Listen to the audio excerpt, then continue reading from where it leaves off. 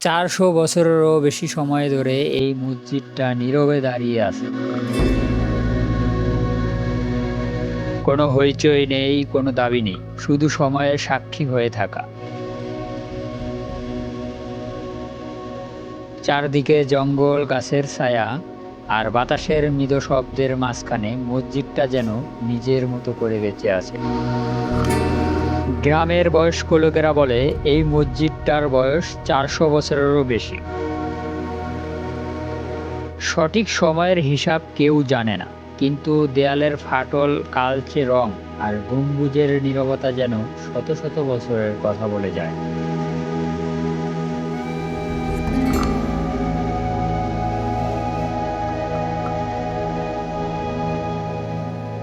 একদল মানুষ একে বলে জিনের মসজিদ। তাদের বিশ্বাস গভীর রাতে জিনেরা এখানে এসে এই মসজিদটি নির্মাণ করে যায়।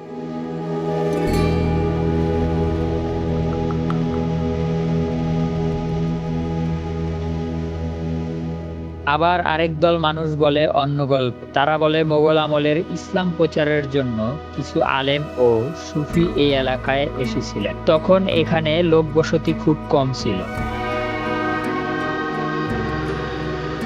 পথিক ব্যবসায়ী আর স্থানীয় মানুষদের নামাজের সুবিধার জন্য তারা এই মসজিদটি নির্মাণ করেন।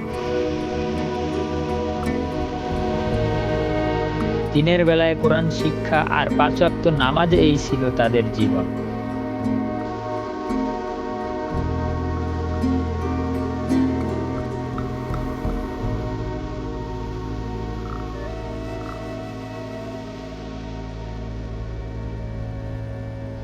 সময়ের সাথে সাথে রাজ্য বদলেছে, মানুষ বদলেছে। অনেক মসজিদ নতুন করে তৈরি হয়েছে, কিন্তু এই মসজিদটা থেকে গেছে পুনরূপেই। দেয়ালের রং খসে পড়েছে, ইটের গায়ে শ্যাওলা ধরেছে, যেন জায়গাটার বাতাসে এখনো ইবাদতের স্মৃতি ভাসে।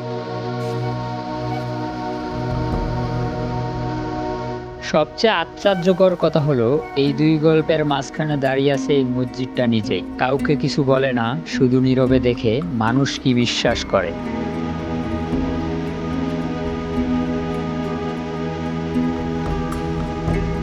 হয়তো সত্যিটা এই দুটোর মাঝামাঝি কোথাও। কেউ কেউ বলে এটা জিনেরা তৈরি করেছে, আর কেউ কেউ বলে হয়তো এটা মুঘলদের বানানো এক ইবাদতের স্থান।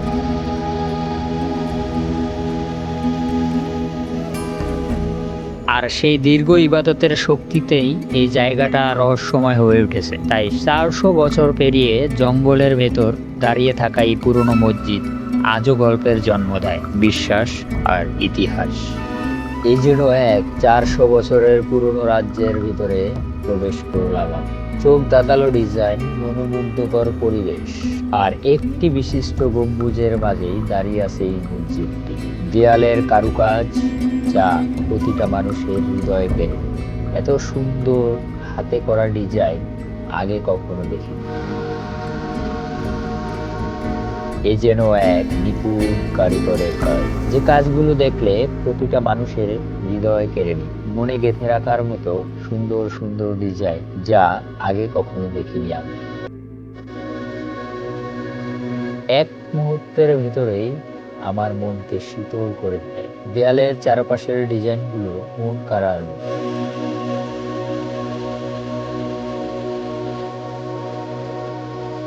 দেয়ালের প্রতিটা ডিজাইন কিছু অংশে খুলে পড়ে গেছে, আবার কিছু অংশ এখনো জীবিত আছে। মসজিদটির ভেতর এবং কি বাহির অনেক জায়গায় খসে পড়েছে, যা এখন পর্যন্ত টিকে আছে। হয়তো কোনো একটা সময় যদি এটার সংস্কার কাজ না করা হয়, আস্তে আস্তে বিলুপ্ত হয়ে যাবে। মজার বিষয় হলো এই মসজিদের 4টি দরজা, নেই কোনো জানালা। শুধু একটি জানালার মতো করে দেওয়া আছে, কোনো লাইটের প্রয়োজন হয় না।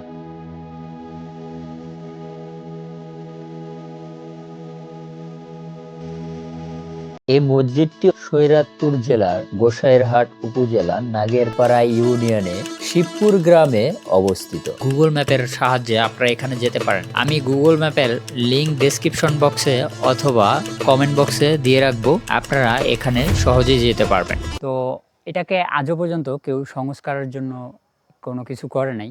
তো আস্তে আস্তে এটা প্রায় বিলুপ্তির পথে চলে যাইতেছে। এর আগেও কিন্তু এই মসজিদে আমি আসছিলাম, তখন ছিল 2015 সাল, আর তখন আইসাও এরকম অবস্থায় দেখছি। তো এটা আর কি মানুষজন বলে আসতেছে এটা জিনের মসজিদ। তো আমার কাছে পার্সোনালি মনে হয় যে এটা আসলে জিনের মসজিদ না, এটা আর কি মানুষের তৈরি মসজিদ। মোগল সাম্রাজ্যের সময় এইরকম অনেক মসজিদেই তৈরি করা হয়েছে, অনেক দেশে অনেক জায়গায়। তো আমি যতটুকু বুঝতে পারলাম দেখা যে এই মসজিদটা মানুষের দ্বারাই তৈরি হবে, জিনের মসজিদ হবে না। তবে এই মসজিদটার ইটগুলা অনেক ছোট ছোট এবং কি অনেক পাতলা। আমাদের যে এলাকার যে ইটগুলো আছে না, মানে এখনকার ইটের বাটা যে ইটগুলো বানায় এগুলো অনেক মোটা, কিন্তু এটার থিকনেসটা অনেক পাতলা, থিকনেসটা বেশি না। তো এটা ওই সময়কার ইট। তো এখনকার ইট আর আগের ইট, এই এই দুইটা ইটের মধ্যে অনেকটাই পার্থক্য রয়েছে। যুগের পর যুগ এটা এরকমভাবেই রয়েছে। তো এটা সংস্কার না করলে এটা আস্তে আস্তে বিলুপ্ত হয়ে যাবে। তো যদি সরকারের কোনো কর্মকর্তা দেখে থাকেন, আমি তাদেরকে বলবো যে এটাকে সংস্কার করে পুনরায় এটাকে বাঁচিয়ে রাখার জন্য। এখন পর্যন্ত যত পুরনো স্থাপনা আছে এগুলি সংস্কার করার কারণেই এখন পর্যন্ত বেঁচে আছে। তো আমি চাইবো আসলে এটা যাতে সংস্কার করা হয়, সংস্কার করার কারণে এটা বেঁচে থাকবে যুগের পর যুগ।